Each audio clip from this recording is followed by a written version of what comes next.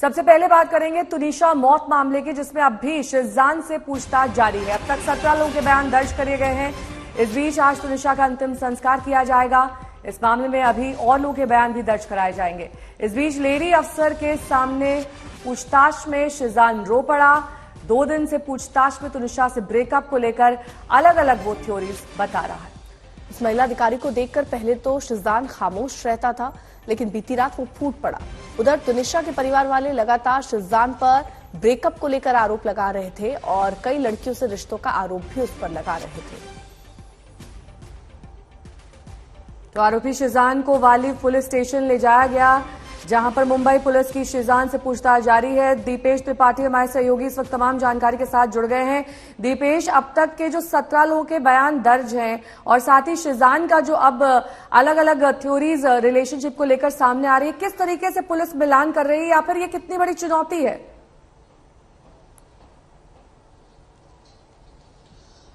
जी बिल्कुल, शिजान जिस तरह से अपने बयान बदल रहा है उसको लेकर पुलिस को जांच करने में काफी दिक्कतें सामने आ रही हैं, क्योंकि हर दिन अगर शिजान कोई नया एंगल से पुलिस को बयान देता है तो पुलिस उस एंगल के पीछे लग जाती है, उस एंगल को वेरीफाई करने लगती है, जिसकी वजह से पुलिस का समय जा रहा है। क्योंकि 28 दिसंबर तक ही शिजान की कस्टडी पुलिस को मिली थी, जो कि कल खत्म हो रही है और कल शिजान को वापस से कोर्ट में प्रोड्यूस किया जाएगा। तो अगर कल तक पुलिस के हाथ में कुछ पुख्ता सबूत और या तुनिशा के सुसाइड के पीछे असली मोटिव क्या था, असली वजह क्या थी, इसका पता नहीं लगा पाई तो पुलिस को काफी दिक्कतें हो सकती हैं। तो वहीं दूसरी ओर तुनिशा के परिवार वाले जीशान पर लगातार आरोप कर रहे हैं कि जीशान जो बयान पुलिस को दे रहा है वो सब झूठ है। उसके कई लड़कियों से अफेयर थे, जिसकी वजह से ये रिश्ता टूटा। और वही शिजान का कहना है कि उसका किसी से कोई अफेयर नहीं था, सिवाय वो सिर्फ तुनिशा के साथ ही रिलेशनशिप में था। तो वहीं उसने पहले धर्म और फिर उमर और फिर बाद में दोनों परिवारों को इस रिश्ते से दिक्कत थी, वो इस रिश्ते के लिए राजी नहीं थे, इसलिए उसने ब्रेकअप किया, ऐसा वो अपने बयान में बार बार कह रहा है, जिसकी वजह से पुलिस को उस बयान को वेरीफाई करने में काफी समय जा रहा है। तो कुल मिलाकर अभी देखिए सवाल पूछे जा रहे हैं। अब जांच अलग अपने तरीके से चल रही है, लेकिन कल वो फूट फूट कर रोता नजर आया। उसके पीछे और उस समय उसने क्या क्या बातें कही?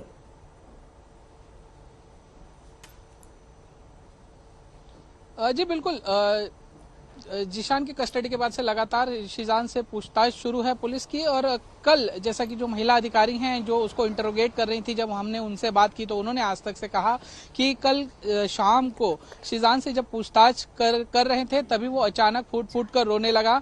हालांकि इसके पीछे की वजह अभी तक स्पष्ट नहीं है कि वो क्यों रो रहा था। साथ ही हमने उनसे ये भी पूछा कि क्या वो तुनिशा के अंतिम संस्कार में शामिल होने की उसने कुछ बात कही या ऐसी कुछ उसने इच्छा जताई है। तो अब तक उसकी ओर से ऐसी कोई बात पुलिस को नहीं कही गई है, ना ही कोई दरख्वास्त की गई है।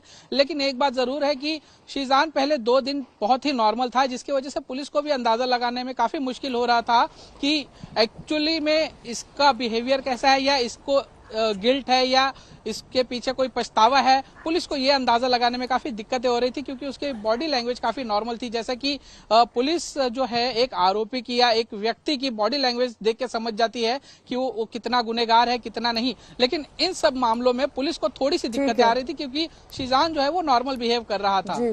तुनिशा मामले में जांच जारी है। इस बीच तुनिशा के परिवार ने संगीन आरोप लगाया कि शिजान के कई लड़कियों से संबंध थे। मोबाइल की फोरेंसिक जांच से कुछ राज खुल सकते हैं। कल भी तुनिशा की मां ने कहा था कि तुनिशा ने शिजान को दूसरी लड़कियों से चैट करते देख लिया था। इसके बाद से वो तनाव में थी।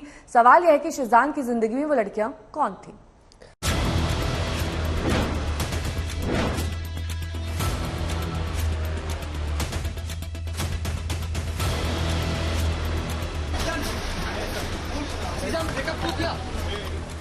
तुनिशा और शिजान की यह करीबी बताती है कि वो दोनों कितने नजदीक थे। तुनिशा अपनी जिंदगी में शिजान के आने से बेहद खुश थी। शिजान के बर्ताव से भी लग रहा है कि वो तुनिशा को काफी चाहता और दोनों के रिश्तों के बीच ऐसा कुछ नहीं था जो दरार का सबब बने या जुदा होने का रास्ता तैयार करे। फिर ऐसा क्या हुआ कि अचानक से शिजान बदल गया? क्यों शिजान ने यह रिश्ता खत्म करने का फैसला किया और लाख समझाने पर भी वो नहीं माना? उसने तुनिशा की मां से कह दिया कि मुझे माफ करो। शिजान ने तुनिशा से रिश्ता क्यों तोड़ा?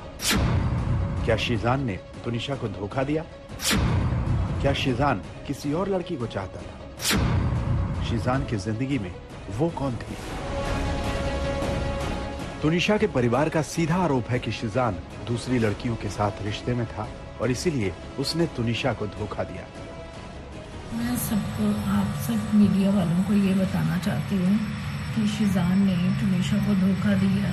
उसके साथ पहले रिलेशनशिप बनाया, शादी का वादा करके फिर उसने तुनिशा से ब्रेकअप किया और उसका पहले किसी लड़की के साथ इन्वॉल्वमेंट थी। उसके बावजूद भी तुनिशा को उसने इन्वॉल्व रखा अपने साथ, 3-4 महीने उसको यूज़ किया।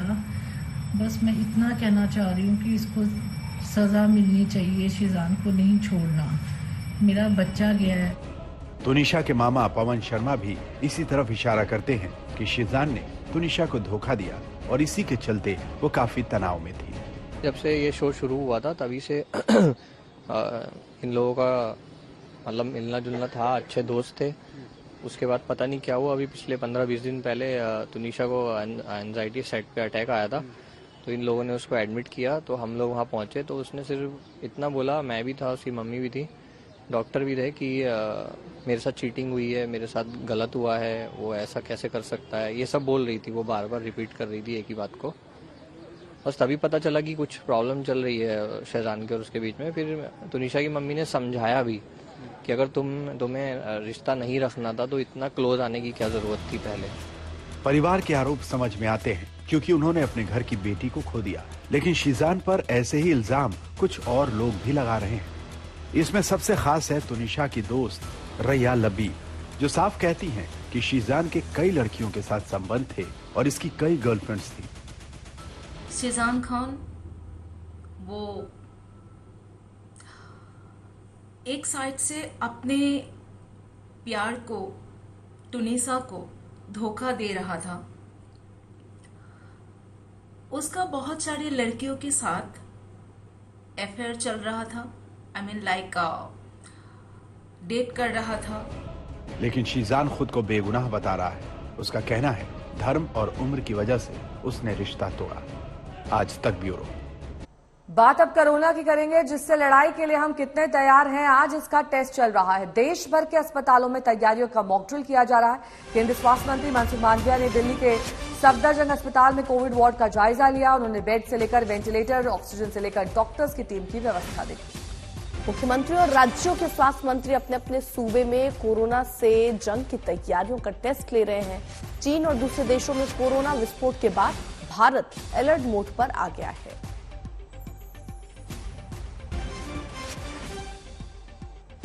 सिर्फ दिल्ली में नहीं, देश भर के अलग अलग शहरों में इस तरह का मॉक ड्रिल किया जा रहा है, जिसमें कोरोना से निपटने के लिए हम कितने तैयार हैं, इसका मॉक ड्रिल चल रहा है।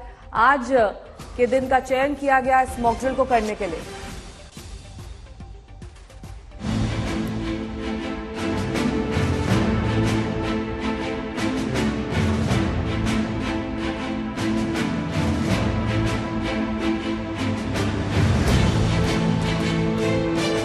अस्पतालों में फिर से लग गए कोविड वार्ड के बोर्ड।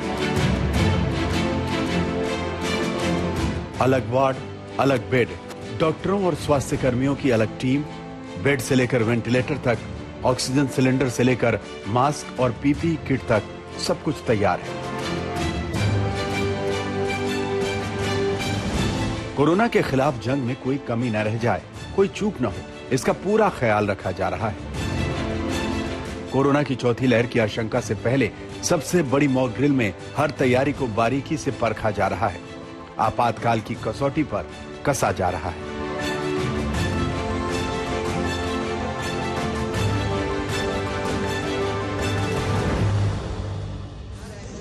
सुबह 10 बजते ही देश भर के अस्पतालों में कोरोना से लड़ाई के लिए तैयारियों की चढ़ाई शुरू हो गई।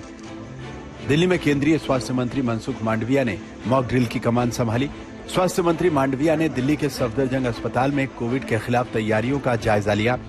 कोविड वार्ड में बेड से लेकर ऑक्सीजन के इंतजामों को परखा, वेंटिलेटर वार्ड का मुआयना किया।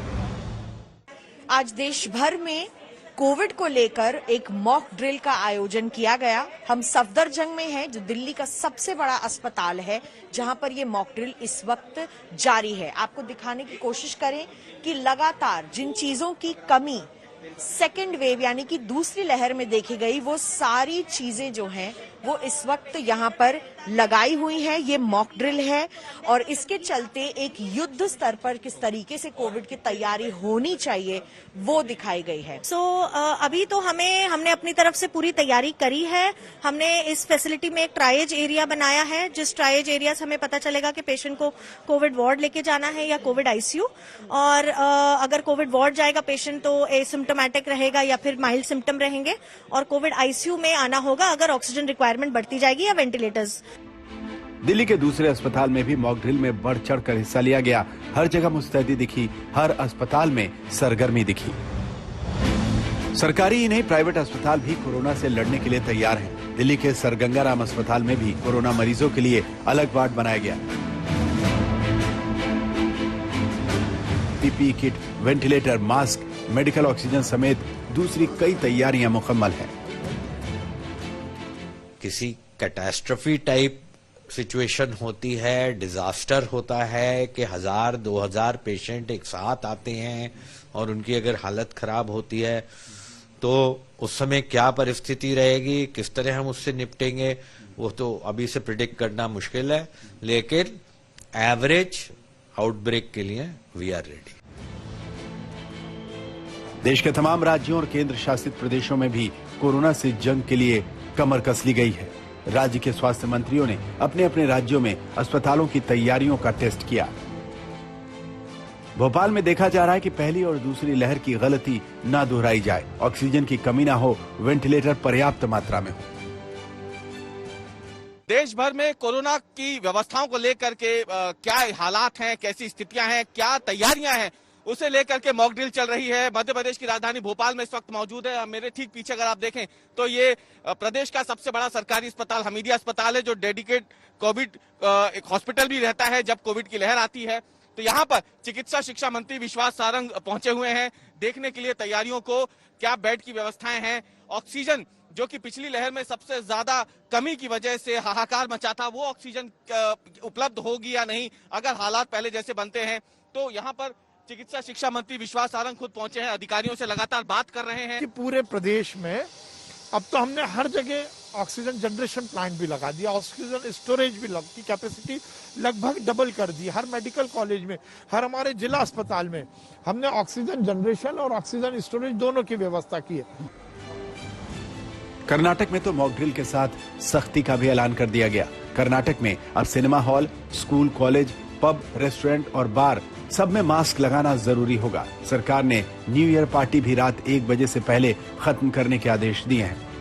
कोरोना के खिलाफ मॉक ड्रिल के साथ इंडियन मेडिकल एसोसिएशन ने नई गाइडलाइंस जारी की हैं। आईएमए ने लोगों से अपील की है कि सार्वजनिक जगहों पर मास्क जरूर पहने, भीड़ भाड़ वाली जगहों से दूर रहें, 2 गज की दूरी बनाएं, हाथ साफ रखें, बूस्टर डोज लें और गले में खराश और खांसी होने पर डॉक्टरों की सलाह जरूर लें।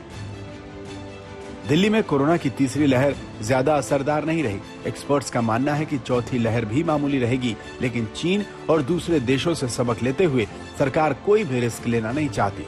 जाहिर है कोरोना से वार के लिए तैयारी ही हथियार है।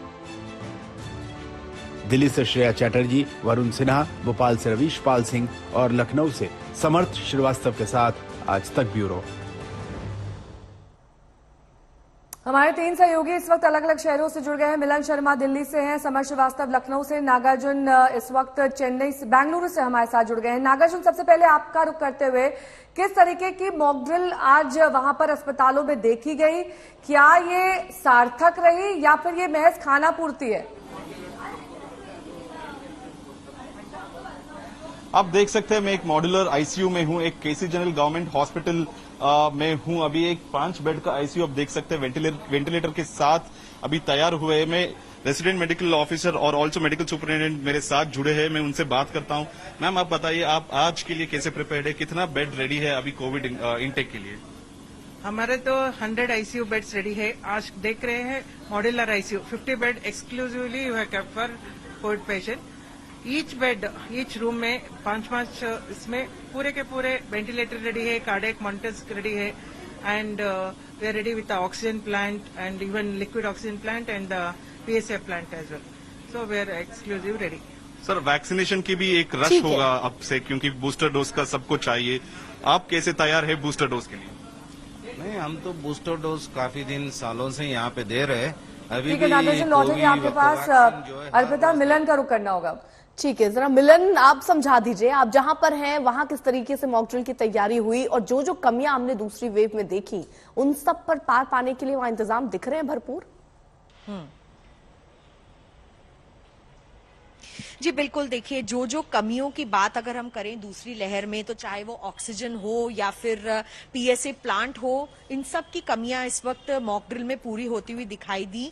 यहाँ पर ये वेंटिलेटर है और बगल में आपको दिख जाएगा ऑक्सीजन पंप लगा हुआ है, वो जो डायरेक्टली ऑक्सीजन पीएसए प्लांट से कनेक्टेड है। वॉल्व में भी आपको दिख जाएगा कि 2 ऑक्सीजन पोस्ट हैं, ऑक्सीजन मास्क यहाँ पे रखा हुआ है अलग से लाकर। तो ये सारी जो चीजें थी जिनकी दूसरी तीसरी लहर में कमियां दिखाई दी, वो पूरी कर रहे हैं। फिलहाल जो यहाँ के मेडिकल सुपरिटेंडेंट हैं, उन्होंने भी हमको बताया कि 14 ऐसे अंतर्राष्ट्रीय पैसेंजर्स सफदरजंग में इस वक्त एडमिटेड हैं जो कोविड पॉजिटिव हैं। अब इसमें जो चाइना से या बाकी अन्य देशों से केसेस आ रहे हैं, जो भारत में पॉजिटिव आ रहे हैं, उन पर निगरानी रखना बहुत जरूरी है। साथ ही साथ ये हम आपको दिखा रहे हैं, ये कोविड आईसीयू है जहां पर पूरी तैयारियां पुख्ता रूप से की हुई है। ट्राइजिंग एक बहुत बड़ा एक्सरसाइज होता है जो इस मॉक ड्रिल में दिखाया गया कि कैसे एक पॉजिटिव पेशेंट को नॉन पॉजिटिव पेशेंट से अलग किया जाए और जल्दी से जिसको भी बहुत ज्यादा कोविड में दिक्कत हो रही हो या परेशानी हो रही हो, उन्हें तुरंत कोविड आईसीयू में लाया जाए। तो ऐसी ऐसी तैयारियां एक युद्ध स्तर पर जिसको मॉक ड्रिल कहा जाता है, एक ड्राई रन जिसे कहा जाता है, वो आज करने की कोशिश लगातार कई अस्पतालों ने की है। और ऐसे में जब मैं कह रही हूं कि 14 अंतर्राष्ट्रीय पेशेंट्स यहां पर एडमिटेड हैं जो कोविड पॉजिटिव पाए गए और जो चाइना से जिस तरीके के केसेस बढ़ते दिखाई दे रहे हैं और अंतर्राष्ट्रीय पैसेंजर्स पर जो नजर रखी जा रही है उसको नजर बनाए रखिए। आपके पास लौटेंगे, तमाम जानकारी आपसे लेंगे। लेकिन इस बीच कोरोना ने भारत में दस्तक दे दी है क्योंकि विदेशों से आने वाले कई लोग संक्रमित पाए गए हैं। एयरपोर्ट्स पर चेकिंग में मरीजों के आंकड़े अब बढ़ने लगे हैं और दिल्ली से लेकर गया तक, कोलकाता से लेकर जयपुर तक अब नए केस आ रहे हैं। बोधगया में 11 विदेशी पॉजिटिव मिले हैं।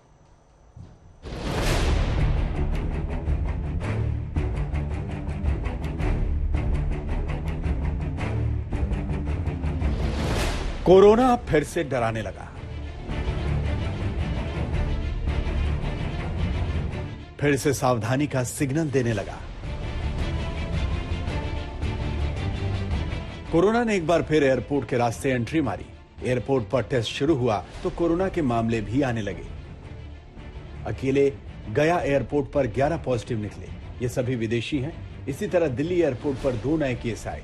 एक केस चीन का भी आया जो फिलहाल आगरा में है। कोलकाता एयरपोर्ट पर 2 मामले, जयपुर में भी 3 संक्रमित मिले। सबसे ज्यादा डरा रहा है चीन से लौटे शख्स का संक्रमित होना।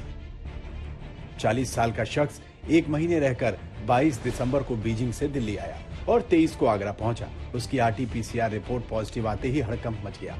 खैरियत यह है कि उसमें कोई भी लक्षण नहीं है, उसके हालात सामान्य हैं। अब उसे आगरा में घर में ही आइसोलेट किया गया है। जीनोम सीक्वेंसिंग के लिए चीन से आगरा लौटे शख्स का सैंपल लखनऊ भेजा गया है। केजीएमयू में जीनोम सीक्वेंसिंग हो रही है।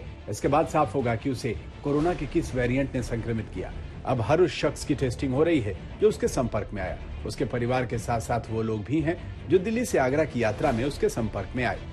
जीनोम सीक्वेंसिंग जो नेशनल हमारी रिसेंट गाइडलाइंस आई है इन व्यू ऑफ BF7 या BA 5.1.2.7 करके, तो अब सीक्वेंसिंग अब as per the national guidelines हर पॉजिटिव सैंपल्स की सीक्वेंसिंग होनी चाहिए क्योंकि पॉजिटिविटी इस समय बहुत कम है हमारी कंट्री में। तो यह है कि हम हर सैंपल को सीक्वेंस करें, हर पॉजिटिव सैंपल के हम 50 कॉन्टैक्ट्स को ट्रेस आउट करें जिससे कि हम उसको कंट्रोल कर सकें। चीन से लौटे शख्स के संपर्क में आए 27 लोगों का टेस्ट किया गया। फिलहाल किसी में भी कोरोना के लक्षण नहीं। आगरा में कोविड केस के बाद ताजमहल देखने आने वाले विदेशी सैलानियों की टेस्टिंग शुरू हो गई। आगरा प्रशासन ने देसी सैलानियों से मास्क लगाने की अपील की है, लेकिन इसका अब तक कोई असर नहीं दिख रहा। विदेशों से आने वाले करीब आधे फीसदी लोग रोज संक्रमित मिल रहे हैं। फिलहाल आंकड़े डराने वाले नहीं हैं, लेकिन सावधानी नहीं बरती गई, कोरोना प्रोटोकॉल का पालन नहीं हुआ तो हालात बेकाबू हो सकते हैं। बोधगया में कोरोना संक्रमितों की संख्या 11 हो गई। 24 दिसंबर को आए संक्रमित विदेशी सैलानियों में 1 इंग्लैंड, 10 म्यांमार और बैंकॉक के हैं। सभी को आइसोलेशन में रखा गया है। वो एयरपोर्ट पर जो रेंडम जांच हो रहा है उसी में RT-PCR में पॉजिटिव मिले हैं। वे सभी के कोई लक्षण नहीं है, सब एसिम्टोमेटिक हैं और सभी ठीक हैं। ऐसा कोई स्थिति एकदम ठीक है। ये म्यांमार के हैं और बैंकॉक के हैं। दिल्ली एयरपोर्ट पर केस आने से दिल्ली सरकार भी अलर्ट मोड में है। अब दिल्ली में टेस्ट बढ़ा दिए गए हैं। सोमवार को दिल्ली में 1800 टेस्ट किए गए, जिसमें 7 नए मामले सामने आए। लखनऊ से समर श्रीवास्तव, आगरा से अरविंद शर्मा, गया से पंकज कुमार के साथ आज तक ब्यूरो।